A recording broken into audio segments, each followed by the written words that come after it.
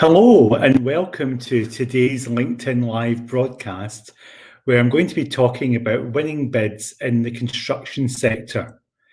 The construction sector probably has more bids available in it than any other sector, but there are some specific things which bidders need to think about when they are entering the construction sector and bidding in it and hoping for successful bids. Today, I'm going to be talking primarily about public sector construction tenders, but many of the points that I make can also apply to private sector proposals as well. When we think about the construction sector and think about the public sector opportunities, well, we've been involved with bids to local authorities, to universities and colleges, to the NHS, to government departments, and to housing associations. I know they're not strictly public sector, but they procure in a very similar way. So this afternoon's broadcast is going to be focused on winning bids. I'm going to not spend too much time talking through the qualification stage, assuming that you can pass the qualification stage. The qualification stage in public sector bids is where they look at relevant experience. So usually you're looking for similar projects to the ones that are being tendered, and that you have conducted these successfully, successful delivery on time, on budget, delivered to a good quality and delivered safely. These are the things that you're looking for in your reference projects, sometimes called case studies, but you'll also need to have clients who are prepared to speak to that, prepared to fill out references, which buyers will often send them. Sometimes they'll even ask your reference case study to mark you on various elements, and that goes into the qualification. The qualification will also look at your economic and financial standing. They'll look at credit ratings, things like that. They'll look at your accounts. And of course, these things will be particularly looked at as this economic crisis that we're in is likely to continue for some time. They'll look at insurance levels as well, within qualifications. They'll look for accreditations.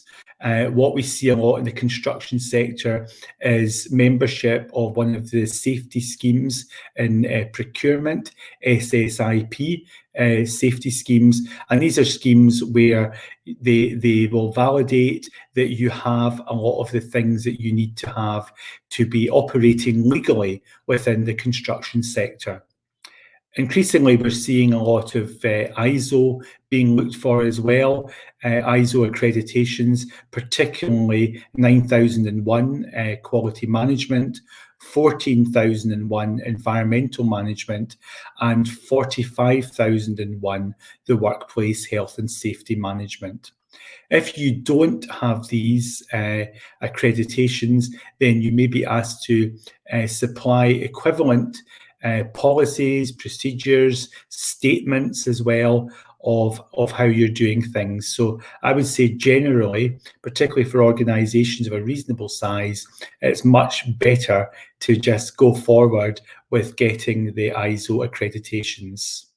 Insurances are also looked for at the qualification stage.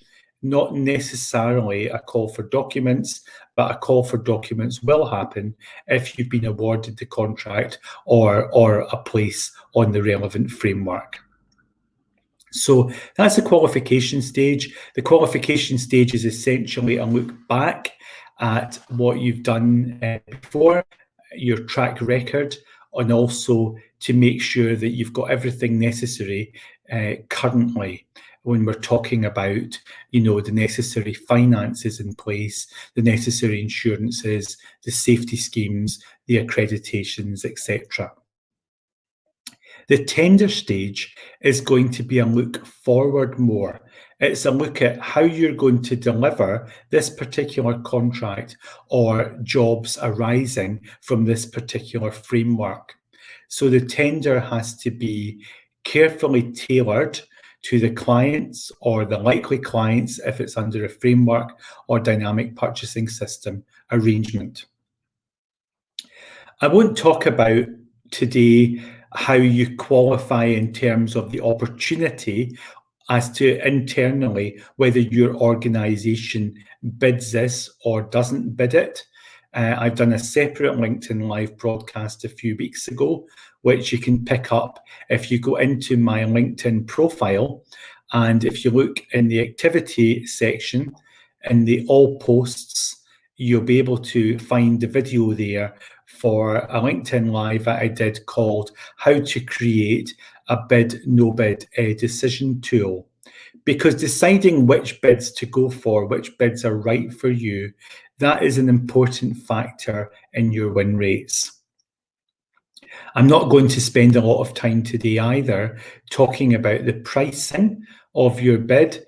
I have done other LinkedIn Live broadcasts dealing with the subject of pricing, both how to handle pricing, but also if you find that you're losing bids on price. So again, if you go into my LinkedIn, my profile, my activity, into the all posts, you'll find these videos there. Also, there's some videos around commercial clarifications. I did a LinkedIn Live broadcast where I interviewed David Gray, the Managing Director from AMBid, and someone who is expert in drafting tactical clarifications. Because it's very important that all the bidders are working on a level playing field, that they're being evaluated on a level playing field. So tactical commercial clarifications can help you with that. I won't talk about the contracts either today. That's something that you will have experience likely of, or you can get separate legal advice. The contracts we see a lot of are NEC and JCT, but there's also bespoke and other types of contract as well. Today, what I am going to focus on in this broadcast about winning bids in the construction sector is the scored technical or quality side. So this part is a very important plank of your bid.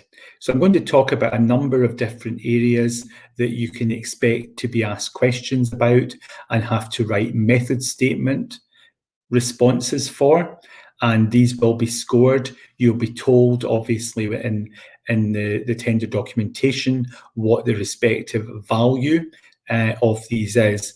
I would say don't underestimate any of them. Give all of them your 100% attention and effort, and look to give the best possible answer. And the best answer is going to be one that answers the question, certainly, but will go the extra mile as well. It will perhaps cover things like risk management, it will cover innovation, and it will be highly tailored to the particular organisation. And if it's public sector, they will have service users as well.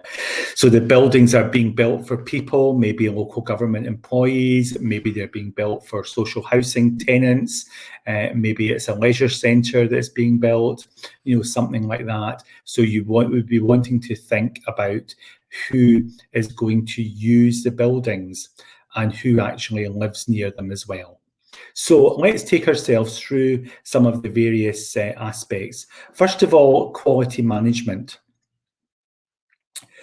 Quality is vital. Very important. If buildings are not built properly, there could be injuries. They could fall down in the worst case scenario. They could be leaving lots of future maintenance issues or even snagging issues at the early stages. So the quality of work is very important. It will be important that you have got appropriate arrangements in place for managing quality, both the quality of materials and importantly the quality of work as well. So there'll be quality control arrangements in place, there'll be supervision arrangements in place, There'll be rectifications. Better if you can identify most of them, but sometimes it would also be joint visits with your client, where your client has to sign off various stages of the construction process. So writing a convincing response about how quality is managed, and you have a quality culture within your organization, but it's vital that you can evidence exactly what that is. And of course, if you can use examples to bring it to life, but the examples where required should be as close a match as possible to what it is you're being asked to build in this particular tender opportunity. Obviously, harking back to what I said earlier about membership of, having ISO accreditation, it's good as well if you can have awards where you've actually won awards for the quality of your work. And in the public sector, it'd be a good idea to go in for the awards in partnership, perhaps with your client or other professional consultants or stakeholders who have been involved, because that then is strong evidence that you produce quality work. The buyers will certainly be interested in your capacity. So how are you going to be able to deliver this? Are there going to be delays, for example? How quickly can you mobilize?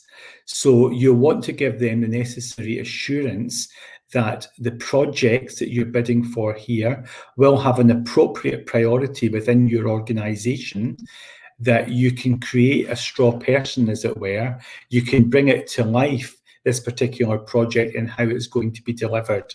So presenting something that looks like you've got an oven-ready machine, as it were, that can mobilize the contract.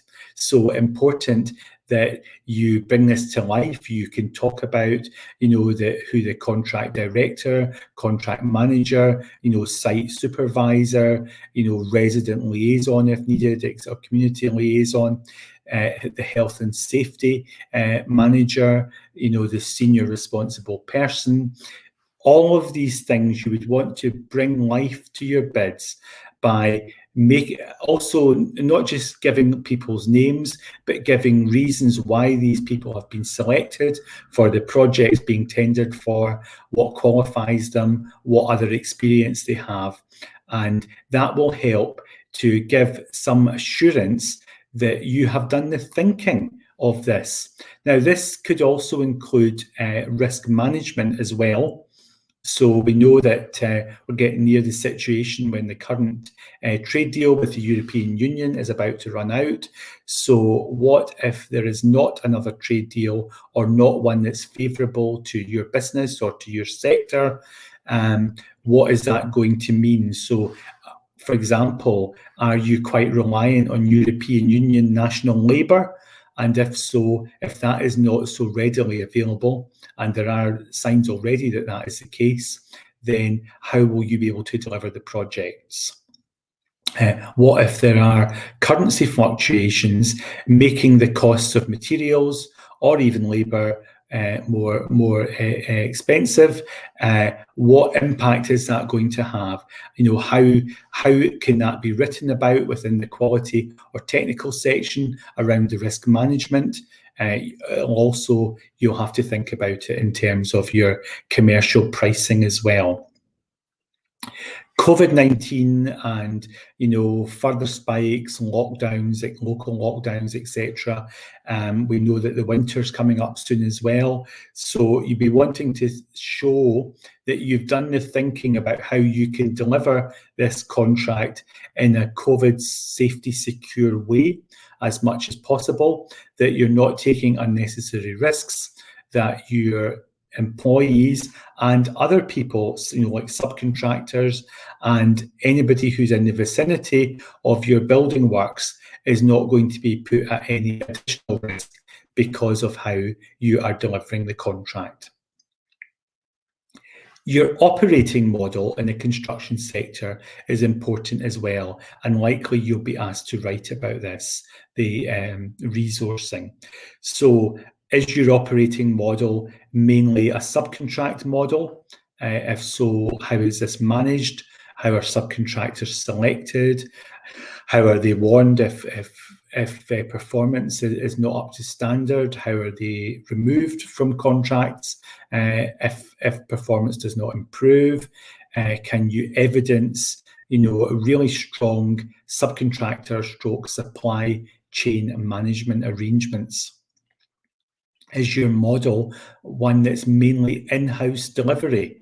In-house delivery model will often go down quite well with buyers, but they're also conscious that organisations are not necessarily staffed up to take on new contracts, i.e. there's not necessarily people sitting doing nothing. So you would have to give them the necessary comfort that perhaps one contract's about to finish and your staff could move across almost seamlessly to this next contract, or that you've got a ready pool of labour that you'll be able to draw on for this contract. Likely, your delivery model is a bit of a mix. You will perhaps have some key trades that are in-house, but you may have other trades that you bring in, trades that are perhaps more like finishing trades, perhaps trades a bit more that are more specialist one-off type things. Then these are maybe where you will use subcontractors, but you'd want to be giving evidence of how you've selected them, how you manage them, etc. Your supply chain, your sourcing is important. We know that supply chains, in many cases, slowed down or even stopped at the peak of the COVID crisis. It's taking some time to sort of turn these taps back on. They aren't exactly taps that you can just turn on and off, and in fact stopping production, and often the production is taking place out with the UK. Stopping the production doesn't mean that you can just restart it immediately. So what are your supply chain arrangements? What are your contingency supply chain arrangements? And is your sourcing done in a sustainable way? So can you evidence that you're not getting materials, from third world sweatshops, where people are being exploited and underpaid, etc. So are you able to show full compliance with the Modern Slavery Act, and also that you are sourcing in a sustainable manner, not just ethically sustainable, but one that is environmentally sustainable as well. That's increasingly important when public sector are evaluating construction contracts. Next thing I want to talk about briefly is innovation and technology. The construction sector, if you looked at a league table of all the different sectors that exist and how quick they have been or slow they have been to adapt to modern technology, we find the construction sector certainly usually in the bottom quartile. The construction sector has been a bit slow to fully embrace modern methods. We are seeing modern methods of construction, but there are still a lot of traditional methods being used out there as well.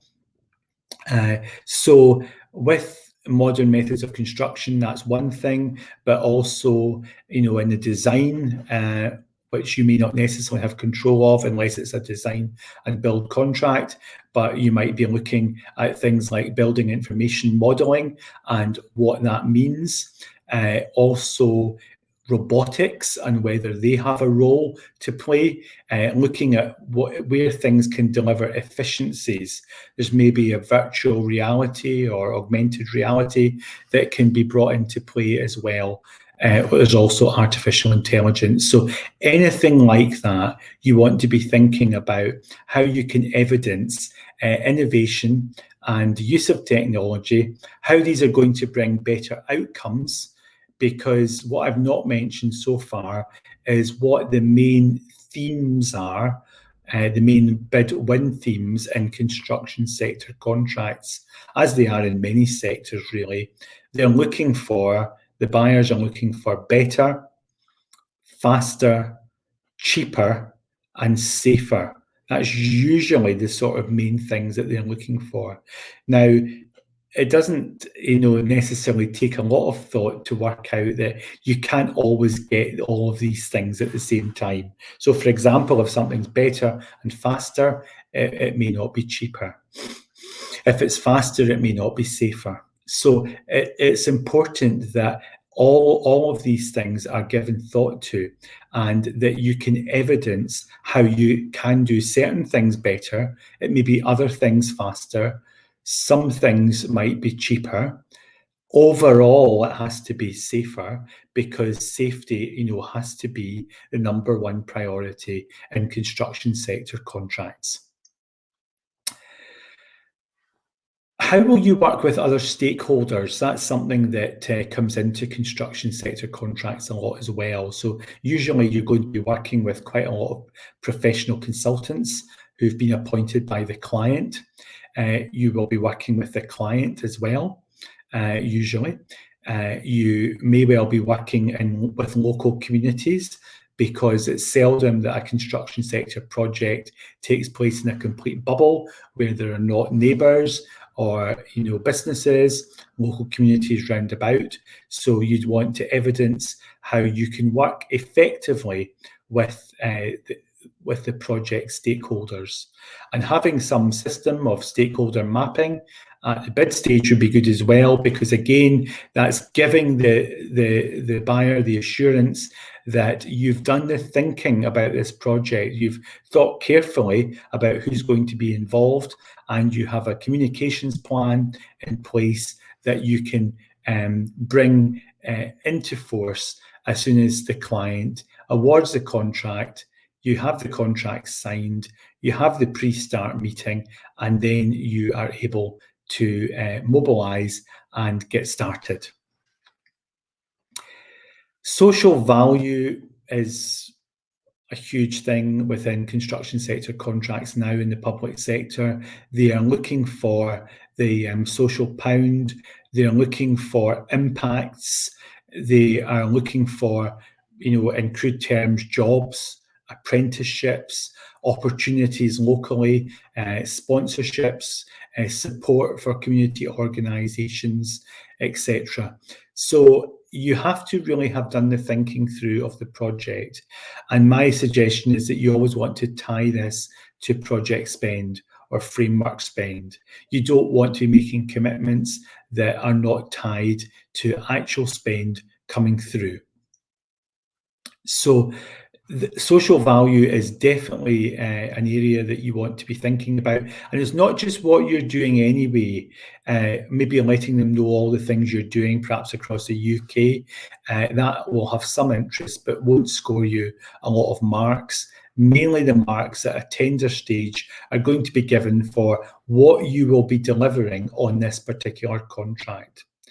Legacy is also important. The bigger the contract is, the more the public sector are going to look for what is your legacy. Now, the circus doesn't really leave much of a legacy. It comes to town, it perhaps goes to a field area, it sets up, it does its performances, it goes away, and that's it. There's usually not any local jobs attached to the circus. So, lasting local jobs. So your projects don't want to be like the circus. They don't want to be something that pitches up, bringing a lot of labour that doesn't come from the area, leaving and not leaving any legacy behind. So the legacy you want to leave behind is certainly some support for local communities. Would be great if you've managed to recruit some people locally. If these are projects that are going to last a number of years, then you certainly want to be looking at investing in apprenticeships and providing local jobs. It's good as well to think about groups of people who are underrepresented within the construction sector. It's no secret that women are underrepresented. Black, Asian, minority, ethnic people are also underrepresented, particularly at managerial level within the sector. So if you are able to actually provide assurance that you can create jobs, and that these jobs are going to appeal to people from some of these underrepresented sectors, then that will go down well within your bid. You also want to be looking at your fair work practices as well, and what support you have available. Mental health is a big issue in the construction sector. People, particularly where there's a sort of macho culture, don't want to admit to perhaps suffering with depression or anxiety or even suicidal feelings. And the suicide rates in the construction sector are higher than within the general population. So any support that you're doing, for mental health and for suicide prevention and employee assistance programs generally, then you want to be talking about that, because the public sector are interested in dealing with ethical organisations that have got a commitment to social values, organisations that understand the reality of the sector that they're working in and the sort of problems that can arise, and that they have got arrangements in place to help to support their employees. Everyone home safe is a really good motto to be thinking about. You want, health and safety and workplace safety, including, people's mental health, to all be thought about in what you're doing. So that's been a bit of a whistle-stop tour through winning bids in the construction sector. If you are currently not winning as many bids as you would like to do, then there can be real benefits in getting external bid specialists involved. We're obviously working across not only this sector, but other sectors as well, working for organisations of all sizes. So an external bid specialist is able to come in and add considerable value to what you're doing, reviewing perhaps some submitted bids or working alongside you on some live bids, and you will definitely get some real benefits from that, including the upskilling of your bid staff as well. So I hope you've enjoyed this LinkedIn Live broadcast on winning bids in the construction sector. And tomorrow I'm going to be doing another LinkedIn Live broadcast. That's going to take place at 12 noon, a different sector, utilities sector, winning bids in the utilities sector tomorrow. So look forward to seeing you there.